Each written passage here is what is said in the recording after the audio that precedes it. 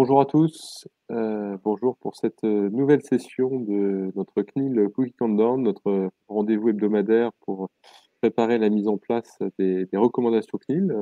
L'échéance approche, il reste une semaine, donc voilà, c'est l'avant-dernière session de ces, de ces différents épisodes autour de ces recommandations. Donc aujourd'hui, on est très très heureux d'accueillir Bertrand Desquancy qui va nous éclairer sur un certain nombre d'aspects liés à ces recommandations, ainsi que Lucille et Damien. Je vais vous laisser chacun vous présenter peut-être. Bertrand. Bonjour à tous, donc Bertrand Delacelle, je suis associé chez Equanti. Je reviendrai en une minute sur ce que nous faisons chez Equanti je suis ravi d'être avec vous aujourd'hui pour évoquer ce sujet-là qui pour nous est plus large qu'un sujet réglementaire et technique, et c'est ce qu'on va voir aujourd'hui. Lucille, je te laisse te présenter. Oui, merci Romain. Bonjour à tous. Du coup, je suis Lucille Dumas. Je pense que certains d'entre vous me connaissent déjà. Je suis Customer Success Manager chez Didomi et on est là pour vous accompagner dans cette transition également. Donc, merci d'être avec nous pour cet énième webinaire sur le Cookie CNIL Countdown. C'est bien, je te laisse terminer. Bonjour à tous. Moi, c'est Damien Trang. Comme Lucille, je pense que certains d'entre vous me connaissent.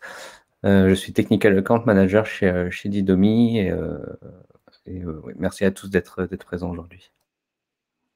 Donc, je rappelle le format de la session. Donc, on a une première partie de présentation qui rappelle à la fois les grands principes et les enjeux de ces recommandations pour ceux qui les découvriraient ou qui voudraient rafraîchir leurs souvenirs.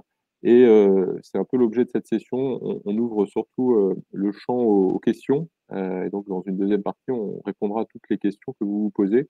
N'hésitez pas. L'échéance approche. On a des experts autour de la table. On peut couvrir toutes vos questions. Donc, vous avez la possibilité de les poser dans l'onglet questions à côté de l'écran. Voilà, donc petit rappel, donc Didomi, nous sommes une solution spécialisée dans la gestion du consentement. Donc c'est vraiment notre cœur de métier. On a développé une expertise autour de ce sujet. On aide nos clients à collecter, stocker et distribuer des consentements. Nos solutions couvrent bien sûr les spécificités des recommandations CNIL, donc tous les enjeux liés au consentement cookie et traceur. Voilà, on a le privilège d'accompagner de très nombreux clients sur ce sujet, en France et à l'étranger, sur tout type de secteur. Donc, on a une bonne compréhension de vos enjeux. Bertrand, je te laisse présenter Equanti. Donc, Equanti, nous sommes un cabinet de conseil en transformation digitale et data. Comme vous le voyez sur ces chiffres-là, ça fait 20 ans qu'on est sur le marché. On est un peu plus de 70 personnes. On a accompagné plus de 60 clients dans le monde sur énormément de pays. Notre métier d'origine, c'est la partie droite que vous voyez ici. On se considère comme des traducteurs de la data en business et ce qu'on appelle les data doers. Donc, historiquement, notre métier, c'est la performance marketing, la performance digitale. Et à partir de là, on a développé toute une série d'expertises autour de la data et de la transformation digitale. On accompagne nos clients vraiment sur l'ensemble de l'exploitation de leur data pour soit améliorer leur performance, essentiellement marketing, soit les aider dans leur stratégie de croissance. Et on a chez nous toute une série d'experts en digital et en digital analytics, dont un est avec moi aujourd'hui, qui est Didier, que vous voyez en bas de votre écran, notamment sur les aspects impact de cette recommandation et de cette réglementation sur tout ce qui est mesures de performance et optimisation marketing. C'est les sujets qu'on va aborder aujourd'hui. Voilà pour Equanti.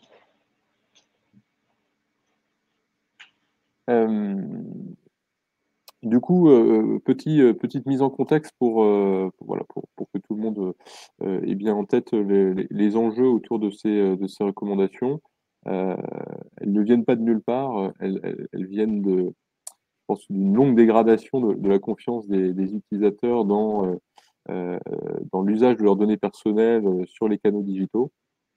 Et voilà, la résultante de ça étant en premier lieu le RGPD en 2018 et puis toute l'activité de la CNIL autour de ces questions pour s'assurer que les différentes parties prenantes mettaient en place ces dispositifs de conformité. Mais fondamentalement, on a quand même affaire à un enjeu qui préoccupe les internautes de façon assez significative. Donc, tout ce qui est fait de leur tous les usages de leurs données personnelles sont vraiment au cœur de leurs préoccupations. Et ça se traduit par de nombreux phénomènes que vous pouvez voir presque quotidiennement dans les médias autour de scandales, de data breach, de bouleversements dans les usages, parce qu'il y a un vrai sujet autour des données personnelles. Fondamentalement, les internautes ont besoin de se les réapproprier. Et donc, la CNIL, ses recommandations sont quand même la traduction de cette aspiration-là.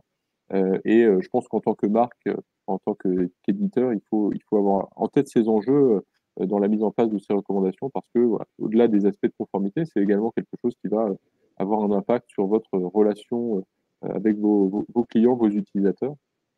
Et il faut, voilà, c'est compliqué de distinguer les deux facettes de ces dispositifs qui concernent à la fois la conformité, donc l'aspect réglementaire, mais également et de plus en plus la prise en compte correcte des aspirations de nos utilisateurs et donc une expérience utilisateur intéressante. Et pour élaborer sur ce qui vient d'être dit, nous, chez Econti, on est absolument convaincus qu'on rentre dans un nouveau paradigme marketing.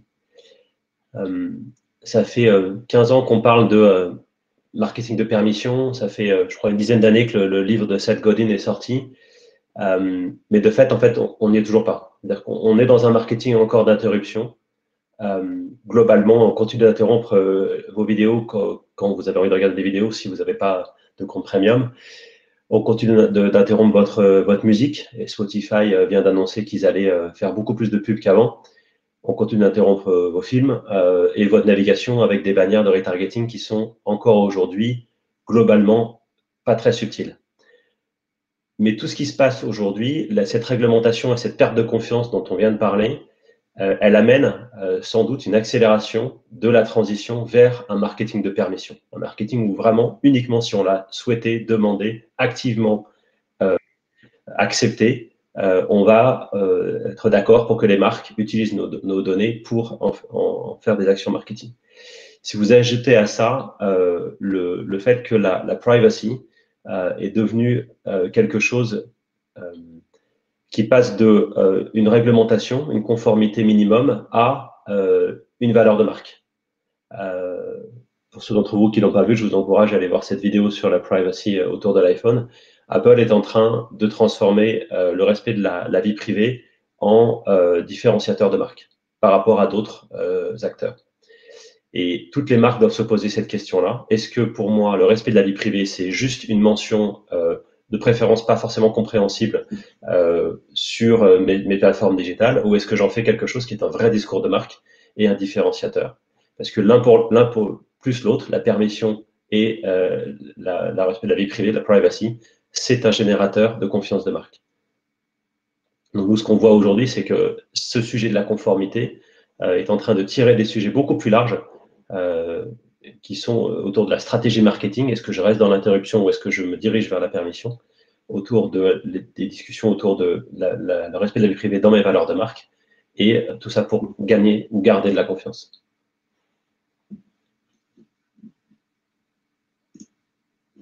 Merci Bertrand. Effectivement, je pense que c'est bien de contextualiser un petit peu voilà, tout ce que vous allez devoir faire ou ce que vous avez déjà fait pour vous mettre en conformité avec ces recommandations et de ne pas perdre de vue cet enjeu un peu plus large qui concerne votre relation client et la confiance que vous générez au travers de vos actions.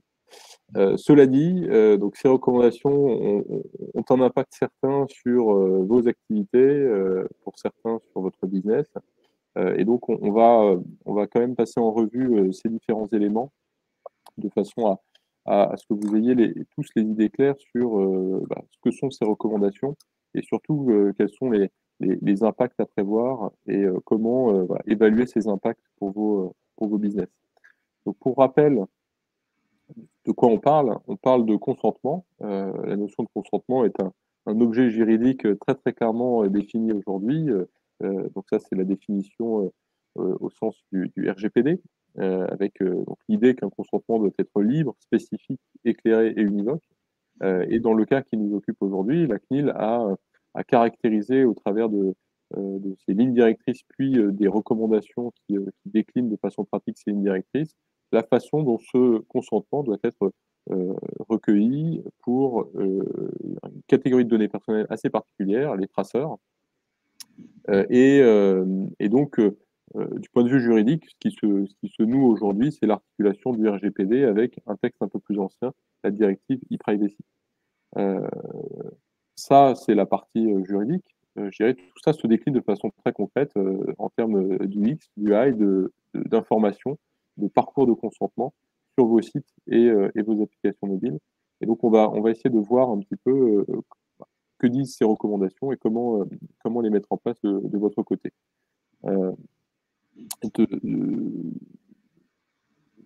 Deuxième point qui me semble fondamental aussi à ce stade, c'est de bien caractériser les impacts. Et donc, Bertrand, si tu veux voilà, décrire un peu dans les grandes lignes les impacts à prévoir sur ces recommandations sur l'activité de nos clients respectifs.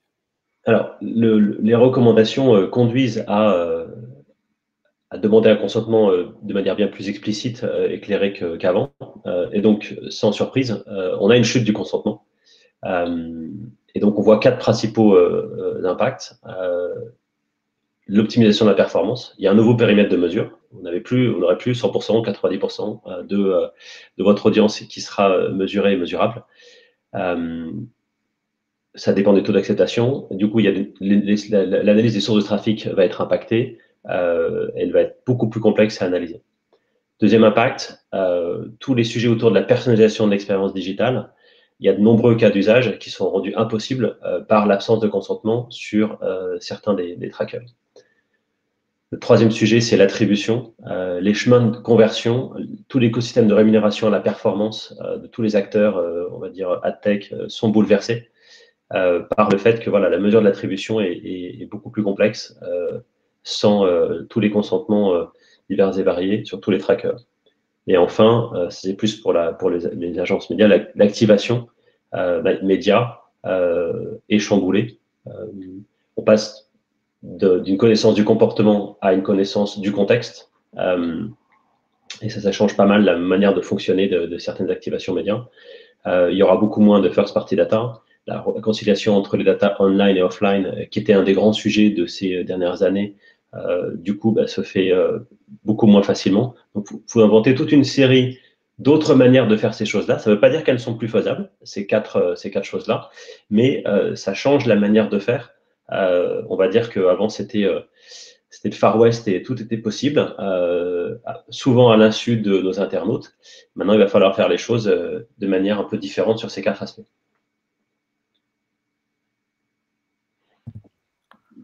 Oui, effectivement. Donc, Damien va maintenant nous parler de ces recommandations du cœur du sujet et commencer par les sujets sur lesquels la CNIL apporte une réponse très claire. Je te laisse, Damien. Oui, alors effectivement, sur ces recommandations de la CNIL, il y a plusieurs sujets sur lesquels la CNIL apporte des réponses claires. Et une des premières, c'est qu'il faut bien prendre en compte quand on traite ce sujet, c'est que sa recommandation concerne les cookies, mais pas seulement. Donc, ça veut dire qu'en plus du dépôt de cookies, il faudra aussi prendre en compte tout ce qui va être pixel de tracking, l'utilisation du local storage, le fingerprinting qui permet en fait d'identifier un utilisateur en utilisant les données de son navigateur, donc la police, la taille de police, toutes ces choses-là qui vont permettre en les regroupant d'identifier un utilisateur, ou bien l'utilisation d'identifiants publicitaires comme l'IDFA ou l'AD ID sur Android et iOS. Donc, effectivement, toutes ces choses-là sont aussi à prendre en compte quand on travaille sur ce sujet. Et c'est un point important. Je vais laisser Lucille prendre la suite. Merci, Damien.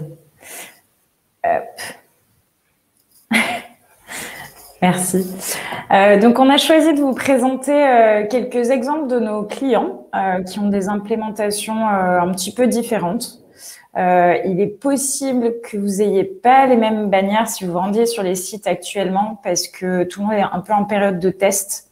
Donc c'est possible que ces bannières-là aient été en ligne mais ne le soient plus à présent.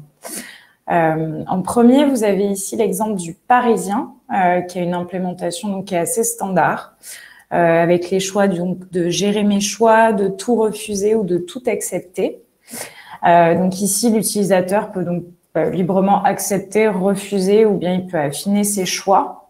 Donc du coup, en cliquant sur le bouton « Gérer mes choix », il pourra ainsi faire un choix qui sera beaucoup plus granulaire sur la seconde partie de la CMP qui affiche donc toutes les finalités de traitement et l'utilisateur peut venir faire un choix beaucoup plus granulaire. Le second exemple que nous avons ici, donc c'est Le Bon Coin.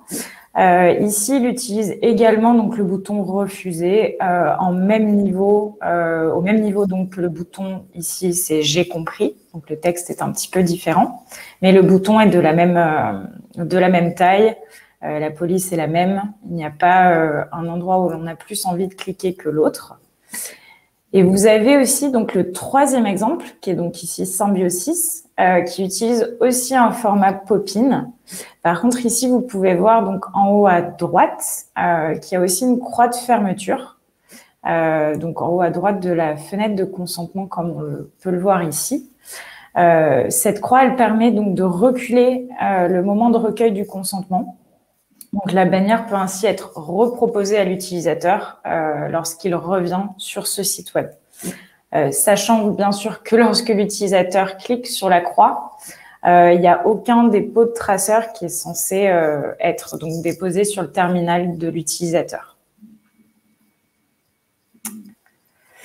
Donc, les recommandations de la CNIL, elles s'appliquent pour tout type d'appareil, donc pas uniquement pour les sites web. On parle également donc d'ordinateurs, qu'ils soient fixes ou mobiles, les appareils mobiles comme par exemple les smartphones, tout ce qui est TV connecté, même les voitures connectées et tous les objets connectés. En fait, il faut bien se mettre en tête qu'à partir du moment où il y a un traitement de données personnelles par des tiers, il va impérativement y avoir besoin d'un consentement en amont. J'en profite également pour vous annoncer que Didomi donc a lancé ses SDK pour les TV connectés. Donc c'est compatible avec Android TV et Apple TV. On est très fiers chez Didomi car nous sommes la première entreprise européenne à proposer ce type de SDK pour les CMP. Donc si jamais vous avez besoin de plus d'informations, n'hésitez pas à nous contacter.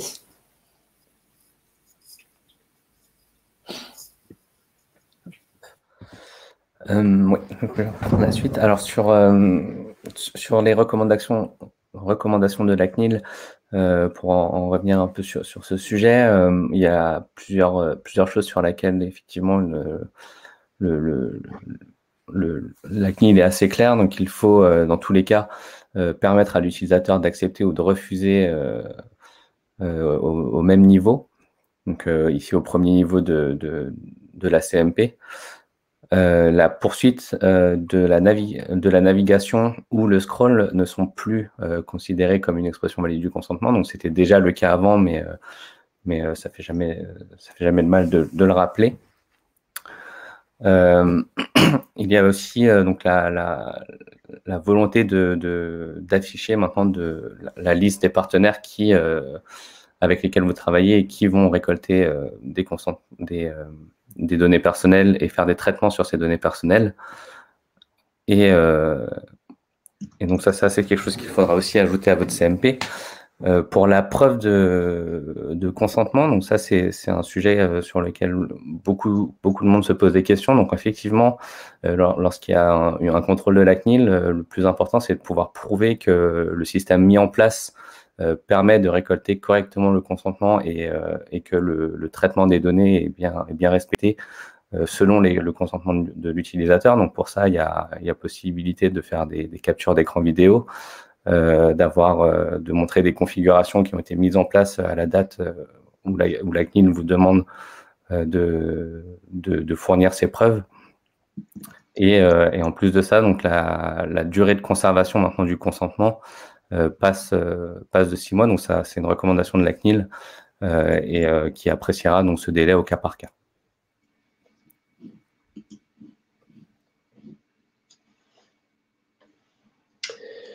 Du coup, si vous avez 5 choses à faire tout de suite, 5 actions à mener tout de suite, au cas où vous ne seriez pas prêt, ou même si vous êtes prêt et vous êtes dans l'implémentation, nous, par rapport à tout ce que l'on voit chez nos clients, on voit 5 choses à faire. La première, c'est de sélectionner une CMP qui soit leader, Didomi par exemple, au hasard, et observer les meilleures pratiques de consentement. Il y a énormément de choses à apprendre de tous ceux qui se sont mis en conformité déjà précédemment. Et même ceux qui sont en conformité vont tester. Ce qui est notre deuxième recommandation, deuxième action, c'est de développer plusieurs designs de consentement et de tester les plus efficaces. C'est pas quelque chose qui est fini.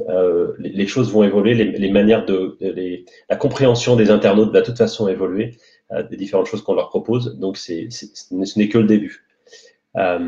Portez votre attention, troisième action, sur toutes vos plateformes et notamment le mobile. On a énormément de clients qui en fait savent quand même, ils ont les stats que le mobile est devenu leur première plateforme digitale, et pour autant, par réflexe, par habitude de travailler avec leur agence, on va commencer par des bonnes bannières sur des écrans d'ordinateur, alors que c'est pas du tout le sujet. En tout cas, c'est pas le sujet le plus important. Se concentrer aussi, porter l'attention sur les landing pages majeures du site. Il n'y a pas forcément qu'une seule bannière possible. Estimer le plus vite possible la perte de volume d'audience traquée à venir pour établir un plan d'action conformément aux quatre impacts dont je parlais précédemment. Et alerter les parties prenantes sur les impacts des problèmes de mesure. On voit aujourd'hui évidemment, les comparaisons avant-après seront délicates quand vous allez perdre 30, 40, 50% de votre volume d'audience mesuré, par exemple, dans tous les reportings qui sont faits en interne à des gens qui ne sont pas forcément au fait de tout ça. Ça va être forcément des conséquences importantes sur les comparaisons avant-après. Et voilà, ça peut créer des soucis de communication en interne sur les performances digitales.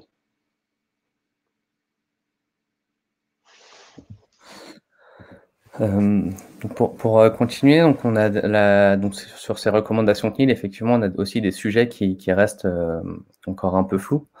Donc parmi ces sujets, il y a notamment la possibilité d'avoir une option alternative au bouton tout refuser, donc comme le lien continuer sans accepter. Effectivement, la CNIL parle de symétrie sur la présence de boutons tout accepter, tout refuser, et en même temps propose dans ses recommandations un lien continuer sans accepter. Donc c'est un sujet sur lequel elle n'a pas encore apporté de réponse claire, mais qui est quand même présent dans ses recommandations. De la même manière, sur un standard de consentement, elle reconnaît très bien qu'un standard de consentement est important et très pratique pour l'ensemble des publishers ou des personnes qui voudraient recueillir un consentement sur le site internet, mais ne valide pas pour autant le TCF de l'IAB. Et dernier point, donc c'est sur la mutualisation du consentement. Donc ça, pour un consentement qui serait récolté sur un site internet, le fait de le mutualiser sur un autre entre navigateurs et ou entre appareils, différents appareils, n'est pas totalement tranché. Donc ça, c'est des points sur lesquels il faudra porter son attention sur les mois à venir pour bien comprendre ce que la CNIL attend sur ces sujets. On sait quand même, Damien, on sait qu'entre mobile et le reste, il va falloir redonner son consentement, d'après ce que j'ai lu. Parce que les trackers peuvent ne pas être le même, et parce que pour l'audience, dire oui sur un mobile, forcément, les gens se posent la question de tracking, de géolocalisation, de choses comme ça. Donc moi j'avais lu, et je ne sais absolument plus où évidemment, que en tout cas la question entre le mobile et le reste était entre guillemets presque certaine, qu'il va falloir redonner son consentement sur le même site mobile d'une même marque si on l'a consulté avant sur un ordinateur. Non, vous n'avez pas lu ça. La question se pose vraiment parce que, alors, sur mobile, il y a tout qu'impose l'OS. Hein. Donc Apple mène avec ATT mène une politique quand même assez stricte de recueil autonome du consentement, qui d'ailleurs pose problème parce qu'elle n'est pas tout à fait, enfin, ne coche pas les cases d'un consentement au sens RGPD. Donc on se retrouve avec une double demande à l'utilisateur qui est très désagréable, et donc voilà. On espère pouvoir se sortir un petit peu de cette ornière dans les prochains mois. Bon, ça, c'est un autre sujet. Je pense que la question se pose vraiment de savoir si un consentement qui serait recueilli sur un device pourrait s'appliquer à un autre device, y compris des consentements liés à des données de géolocalisation, dès lors qu'ils sont clairement proposés à l'utilisateur, correctement informés, donc qu'ils respectent tous les critères d'un consentement au sens RGPD.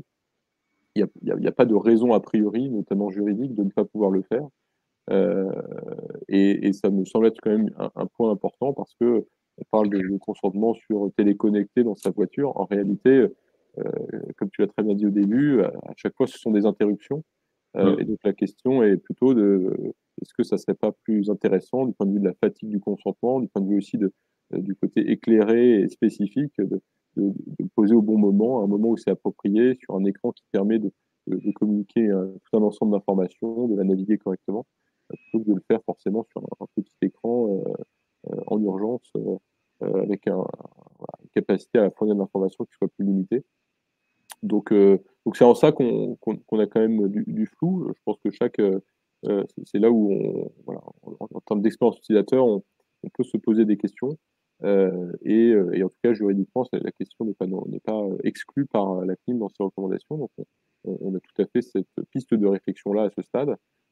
Et je pense que chaque acteur doit commencer à réfléchir à ce que ça veut dire pour lui, notamment dans un monde où on parle de plus en plus de moins en moins de traceurs de cookies et de plus en plus de personnes identifiées, authentifiées d'une façon ou d'une autre, et dans lequel je pense que cet enjeu-là sera particulièrement important, parce qu'il va falloir que les gens comprennent clairement, quand ils disent oui à quelque chose, la portée de ce oui.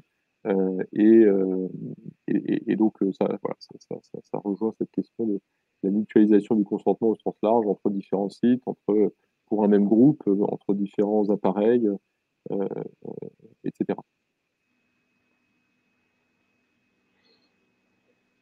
On te laisse continuer, Damien. Non, ou Bertrand, d'ailleurs, ouais. Je crois que c'était...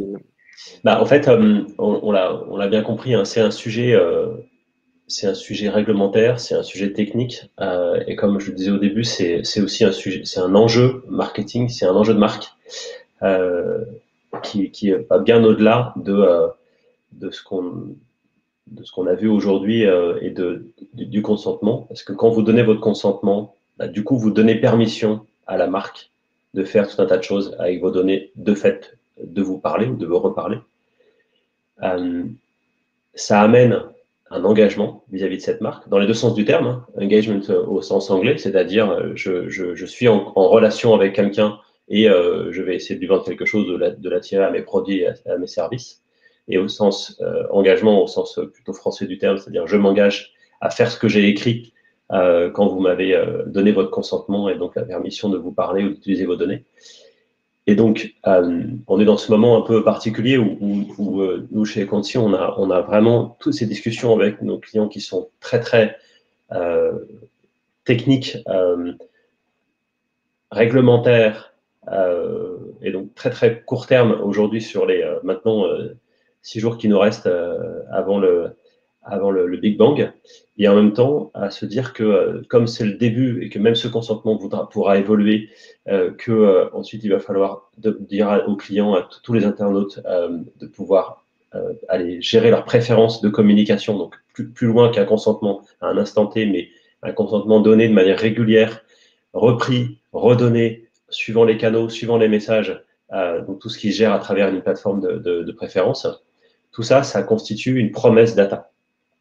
Et donc, ce qu'on croit profondément, c'est que si on fait les choses à la petite semaine, entre guillemets, c'est-à-dire en réagissant uniquement aux injonctions réglementaires, on perd l'opportunité de développer une promesse data, un accord avec la marque, qui pérennise la confiance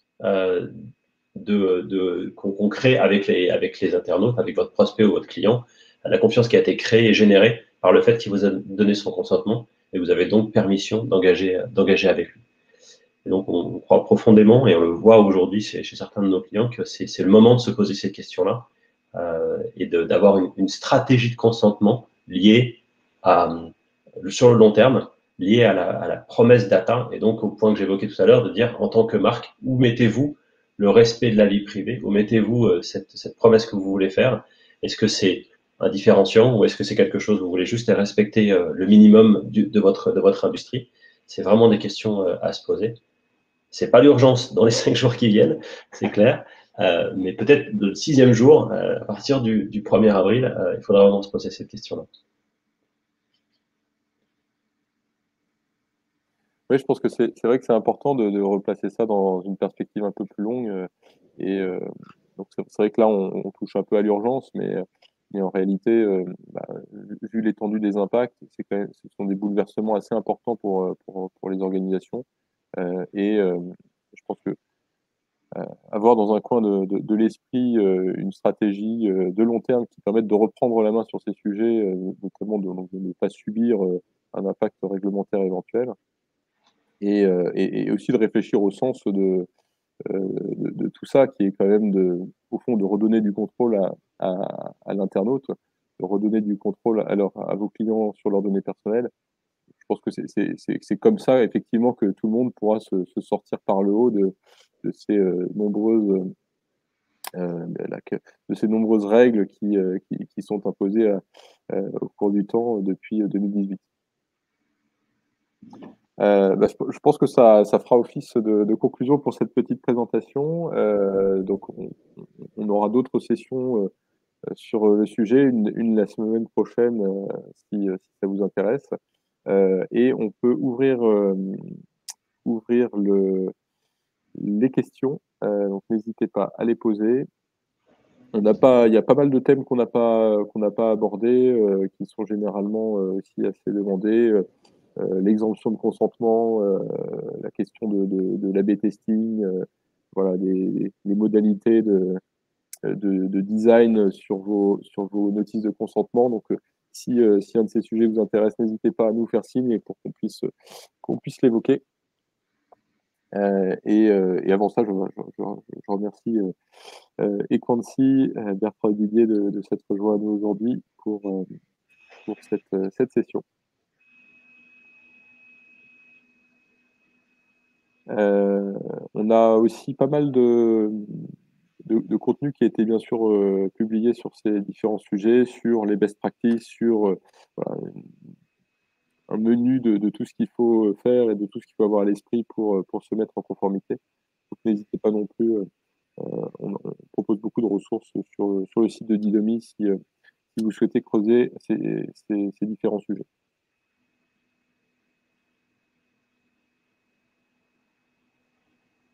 Bertrand, peut-être en attendant que les questions arrivent, à partir de quel moment ce sujet a-t-il commencé à remonter auprès des Quancy? Est-ce que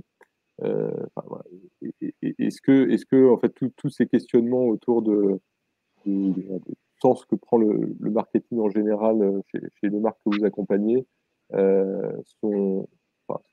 ont été accélérés par les recommandations CNIL, ou bien est-ce que c'est plutôt les recommandations CNIL qui commencent à déclencher ces questions? Enfin, voilà, dans quel ordre ça s'est passé? Est-ce que c'est une opportunité qui a été saisie par des équipes marketing d'ouvrir des sujets qui étaient pas discutables, ou bien l'inverse? Je pense qu'il y a eu vraiment 2 temps. Il y a eu un temps, à partir du moment où on a eu toutes les annonces sur la fin des cookies tiers, et à partir du moment où on a vu aussi les chiffres des ad blockers vraiment augmenter, il y a eu un temps c'est comme pour toute résistance au changement, hein. Il y a eu un temps plutôt de résistance sur le thème. Bon, comment on fait pour quand même faire comme avant? Comment on fait pour continuer ce qu'on a toujours fait, alors qu'on n'aura plus les outils pour le faire et qu'on n'aura plus de cookies? Et donc, tant que Google n'avait pas annoncé son annonce sur Chrome, en gros, tout le monde se disait, bon, bah, ça va être un peu moins bien, mais on va quand même pouvoir continuer à faire ce qu'on fait jusqu'à présent, quoi. Et puis, il y a eu un point de rupture, effectivement, quand toutes les recommandations ont commencé à sortir et que les amendes ont commencé à arriver, où là, maintenant, effectivement, on est passé de on va essayer de faire comme avant avec un peu moins, il faut complètement transformer notre manière d'imaginer les choses et effectivement transformer cette contrainte en une opportunité. Et ça ne veut pas dire que tout le monde y est encore, et on voit encore énormément il y a des réflexes de vouloir faire des consentements qui sont le moins illégaux possible. Le moins, donc le plus borderline. En fait. De fait, ils sont borderline. Et donc, comment je peux faire pour tourner autour en étant quand même conforme, mais en faisant le maximum pour pas trop en dire aux visiteurs de mes plateformes digitales. Et ça, c'est vraiment dommage parce que nous, notre discours, c'est vraiment c'est un discours inverse, de dire, il y a des moyens d'être conforme. Vous allez perdre beaucoup, mais réfléchissons aux solutions sur les différents impacts, plutôt que gagner quelques semaines ou quelques mois et prendre le risque que ça se durcisse. Parce que je ne sais pas ce que vous en pensez. Moi, j'ai moins de pratique de la CNIL que vous, mais ils vont, entre guillemets, ils vont pas s'arrêter là. S'ils ont un moyen de donner des grosses amendes et qu'ensuite tout le monde est à peu près conforme, mais qu'ils voient qu'il y a des choses qui, dans l'esprit, sont toujours pas aussi conforme à ce qu'ils voulaient mettre en place, c'est-à-dire vraiment le consentement le plus éclairé possible, pas impossible, qui resserre entre guillemets encore la vis, non? C'est toujours dur de prédire ce que va faire la CNIL. Effectivement, ça fait quand même maintenant 3 ans que le RGPD est en place. Je pense qu'il y a une vraie pression pour notamment d'associations sensibles à ces sujets qui sont assez de plus en plus vindicatives sur sur l'inactivité des autorités de protection des données européennes pour mettre en place le RGPD. Donc, il y a une vraie pression à ce que les principes soient respectés. Donc, ça va, je pense qu'on sans trop jurer sur le futur, on devrait s'attendre à un certain nombre d'amendes. Ça va catalyser, je pense, la volonté d'action de la CNIL et donc on aura quelques amendes un peu emblématiques qui vont être émises. Ça, c'est très, très probable. Après, je pense que la CNIL est quand même une autorité plutôt constructive et toute la démarche autour de ces recommandations a quand même été très progressive. Elle s'est amorcée par un discours avec toutes les associations, toutes interprofessionnelles. Il y a eu vraiment un délai long accordé à tous les acteurs. Donc, au fond, la CNIL aussi a fait les choses dans le bon ordre et plus personne n'a vraiment d'excuses pour dire qu'il ne savait pas, qu'il n'était pas au courant, qu'il n'avait pas pu anticiper. Et ça, c'est tous ces sujets derrière lesquels on s'est un peu abrité après le 25 mai 2018, là, sont vraiment complètement dépassés. Et donc, moi, je te rejoins complètement. Il faut vraiment donc arrêter de se voiler la face ou d'espérer que tout ça est temporaire et qu'un jour on pourra revenir au bon vieux temps où c'était au fond la jungle. Pour moi, il y a une danse de fond qui s'est dessinée depuis de nombreuses années, dont la résultante a été le RGPD et en découle ces recommandations in fine, mais qui est plus profonde, hein, qui est vraiment ce questionnement qu'ont les gens sur ce qui est fait de leurs données personnelles et cette rupture du lien de confiance qui s'est opérée au fil des années avec des technologies de plus en plus complexes que les gens comprenaient de moins en moins, qui donnaient des résultats qui les surprenaient, des scandales du coup qui en découlaient. Et donc tout ça, je pense, est en train de déboucher à cette forme de crise, donc de moment de rupture. Et c'est vrai que c'est le bon moment de réfléchir un peu plus de façon sereine au fond, comment réconcilier ces deux mondes, donc réconcilier les gens avec l'usage qui est fait de leurs données et de la technologie. Et je pense que c'est tous ces outils de contrôle qui aujourd'hui sont certes sont très très embryonnaires, hein, donc en termes d'expérience utilisateur, de fatigue du consentement, le côté répétitif de la chose, le fait que ce soit dicté par réglementation donne des effets qui sont un peu regrettables. Et donc voilà, tout ça va quand même dans la bonne direction. Et je pense qu'on est en train d'assister aussi au changement de comportement vis-à-vis de ces sujets. Beaucoup de gens prédisent qu'on aura des taux de consentement catastrophiques. Je pense que c'est pas inéluctable, dans le sens où, au fond, correctement expliqué, la plupart des internautes, je pense au moins 80% d'entre eux, sont plutôt d'accord pour que leurs données personnelles soient utilisées par des marques et des éditeurs de confiance, dès lors qu'ils voilà, ils savent que ces éditeurs vont en prendre soin, vont pas faire n'importe quoi. Donc voilà, faire partie de cette catégorie d'organisation auxquelles les gens vont faire confiance dans le monde de demain, c'est ça l'enjeu. Et je pense que cette première étape est une des clés pour construire ça. Et c'est comme ça qu'il faut le saisir. On a une question sur l'exemption de consentement. Et donc oui, on a une liste qui est assez clairement établie par la CNIL. À noter que on a quand même des surprises. Enfin, on a eu des surprises, notamment autour des traceurs liés à la mesure d'audience et en particulier à l'A/B testing, qui sortent du champ d'exemption, là où on pouvait s'attendre à ce qu'ils en fassent partie. Alors, la mesure d'audience en général n'est pas exemptée. Il y a des cas particuliers qui permettent de bénéficier d'exemption. Ce qu'il faut retenir, c'est que les critères de l'exemption sont quand même très clairement définis. Les cookies étant exemptés, étant ceux, déjà ceux vous permettant de recueillir et de stocker un événement de consentement. Donc ça, c'est logique, sinon le serpent se mordrait la queue. Tous les traceurs liés à l'authentification, de manière générale, voilà, permet de sécuriser votre parcours utilisateur. Des traceurs permettant de fluidifier sa navigation. Voilà, l'exemple donné par la CNIL, c'est de conserver un produit en panier d'achat, mais ça peut être conserver des choix exprimés au fil de la navigation dans une session, par exemple. Et certains traceurs liés à la personnalisation. Et donc là, être très prudent et vigilant sur ça. Donc, personnalisation, ça peut vouloir dire beaucoup de choses. La CNIL l'entend vraiment sur personnalisation de la langue, voilà, des préférences de navigation. Et donc, c'est ces traceurs-là qui bénéficient d'exemption, pas tous les traceurs liés à la personnalisation des produits que vous proposez, par exemple, ou d'autres formes plus avancées de personnalisation. L'exemption sur la mesure d'audience ne couvre que les traceurs qui sont alors restreints à la session, ne permettant pas de générer de la donnée qui puisse être individualisée, donc qui ne génère que des agrégats statistiques, qui soient exclusivement limités au périmètre du site sur lequel ils sont déposés, donc pas de possibilité de mesure d'audience entre sites qui est prévu dans cette exemption-là.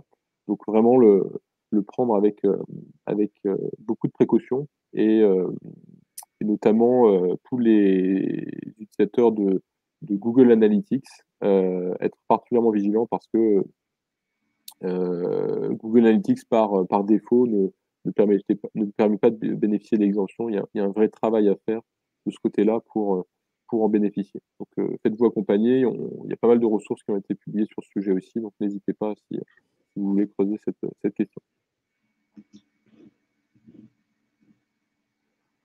J'espère que ça répond à votre question, Audrey. C'est généralement l'exemption, c'est vraiment la question de la mesure d'audience, hein. L'inquiétude légitime de se dire, au fond, si je n'ai que 50% de mes utilisateurs qui consentent, je n'aurai que de la mesure que sur 50% de mes visiteurs. Alors, il y a deux choses qu'il faut dire de mon point de vue. Premièrement, vous ne perdez pas d'utilisateurs. C'est-à-dire ces utilisateurs qui vont quand même continuer à visiter votre site, pour certains qui vont continuer à acheter vos produits, les mettre en panier, à générer des conversions. La seule différence, c'est que vous ne pourrez pas mesurer individuellement pour chaque utilisateur toutes leurs actions, comme vous le faisiez jusqu'à présent, en tout cas pour 95% d'entre eux, qui correspond à peu près à vos taux de consentement. Ce qu'il faut savoir, c'est que historiquement, il y a toujours eu de la déperdition en matière de mesure sur n'importe quel canal digital. Donc, il y avait toujours une fraction de ces utilisateurs que vous perdiez, qui généraient quand même des revenus, qui étaient quand même pertinents pour vous, mais que vous ne pouviez pas mesurer. Donc, cette fraction-là va probablement augmenter après le 1er avril, parce qu'un certain nombre d'entre eux vont commencer à refuser. Pour autant, ce qu'il faut vraiment avoir à l'esprit, c'est que il est très très probable que tous ceux qui consentent restent représentatifs de votre audience en général. Et jusqu'à présent, on n'a pas constaté de rupture majeure de représentativité de l'audience liée au taux de consentement. Donc même si vous ne traquez que 50% des gens, dès lors qu'ils sont représentatifs, les décisions qui découleront de l'analyse de ces parcours resteront valables. Donc ça continuera à informer correctement vos décisions en matière d'acquisition, d'attribution, etc. C'est-à-dire vous pourrez continuer à être performant, continuer à générer des revenus, enfin alimenter vos métriques business qui vous intéressent.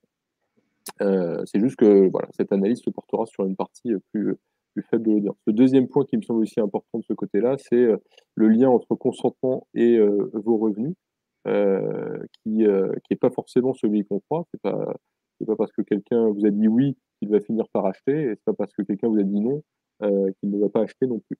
Donc ça, c'est très très important de l'avoir à l'esprit. Et donc, il y a vraiment, de notre point de vue, un seul vertical, une seule catégorie d'activité qui est directement impactée par ça, c'est tous les éditeurs de contenu dont le business model est lié à la monétisation publicitaire notamment ou autour des données personnelles, et dans lequel le lien entre consentement et revenu est direct. Et 50% de taux de consentement, ça veut dire 50% de revenus en moins a priori.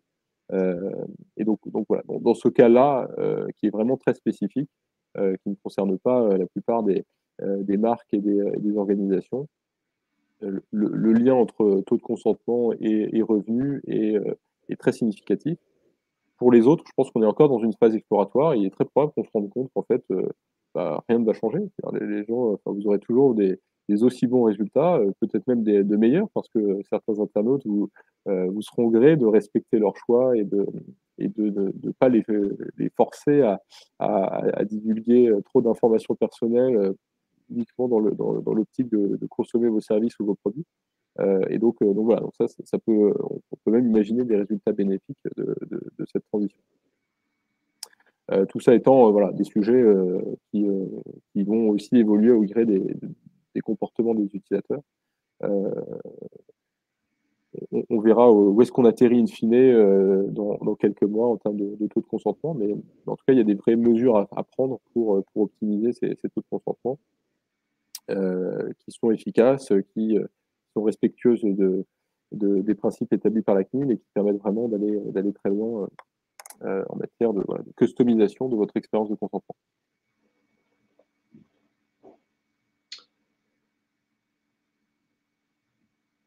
Pouvez-vous partager les ressources liées à l'usage de Google Analytics? Oui, tout à fait.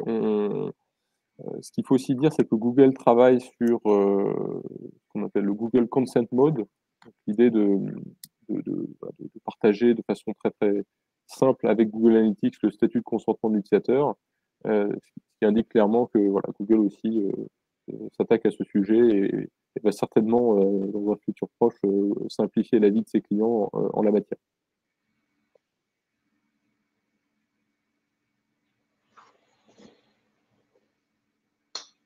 Ok. Est-ce qu'il y a d'autres questions?